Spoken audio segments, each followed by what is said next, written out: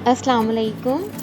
आज की इस वीडियो में हम बनाने जा रहे हैं क्रंच, जो कि डिफरेंट डेजर्ट्स पे यूज़ होता है। ये डिफरेंट आइसक्रीम्स में, स्पेशली क्रंच आइसक्रीम में यूज़ होता है और साथ ही केक्स को डेकोरेट करने और डिफरेंट स्वीट्स को डेकोरेट करने के काम आता है। तो स्टार्ट करते हैं। आप देख रहे हैं कुकियम्स।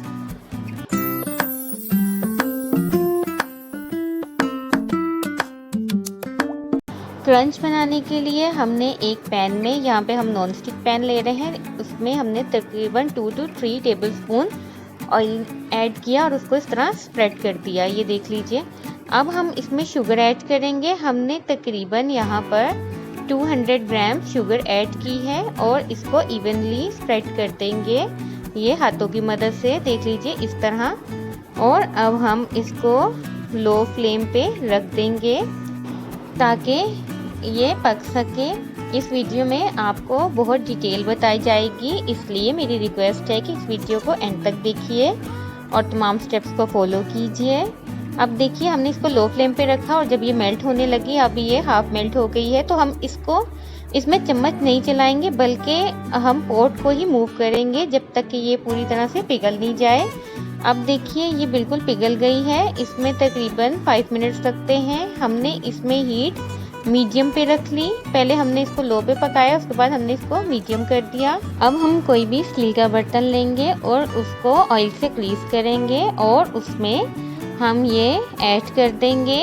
ये ख्याल रखिए कि हमें ये स्टील का या सिल्वर का कोई मजबूत ही बर्तन चाहिए इसको निकालने के लिए।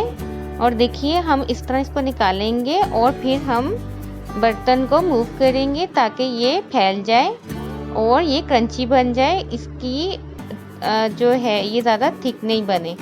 अब देखिए, अब हम इसको मूव कर रहे हैं। देखिए, इस तरह हम मूव करेंगे ताकि ये चारों तरफ फैल जाए। ये जितना फैल सके उतना ही अच्छा है। ये देखिए, जब ये बिल्कुल स्प्रेड हो जाए तो हम इसे ठंडा होने के लिए रख देंगे। इसको हमने रख दिया ठंडा होने के लिए और ये ठंडी भी हो चुकी है। इसमें तकरीबन 5 to 10 मिनट्स लगते हैं। अब हम इसको तोड़ लेंगे। आप किसी हथौड़े की मदद से या फिर किसी भी क्रशर की मदद से इसको तोड़ सकते हैं। और ये देखिए, इस तरह ये टूट गई है। इसका एक पीस निकाल के आपको दिखा देते हैं। इसका नेक्स्ट स्टेप बहुत इम्पोर्टेंट है, क्योंकि हमने इसको ऑयल यूज़ किया इसमें, इसलिए हमें इसका ऑयल ख़त्म करना होगा। उसके लिए हम इसको किसी भी साफ़ कपड़े पे फैला लेंगे। ये देखिए, हमने इसको एक साफ़ कपड़े पे फैला लिया और इसको मज़ीद तोड़ेंगे इसके ऊपर ताकि ये क्रिस्पी क्रंच बन जाए। और ये देखिए, ये हमारा क्रंच बन चुका है।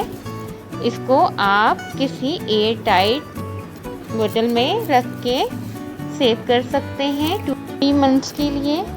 ये बहुत ही यूज़फुल होता है, स्पेशली अगर आप स्वीट्स बनाएं तो ये उसके ऊपर उनको डेकोरेट करने में और उनका टेस्ट इन्हेंस करने में बहुत काम आता है। तो कैसी लगी आपको आज की रेसिपी, ज़रूर बताइए और हमें लाइक एंड सब्सक्राइब करना मत भूलिए।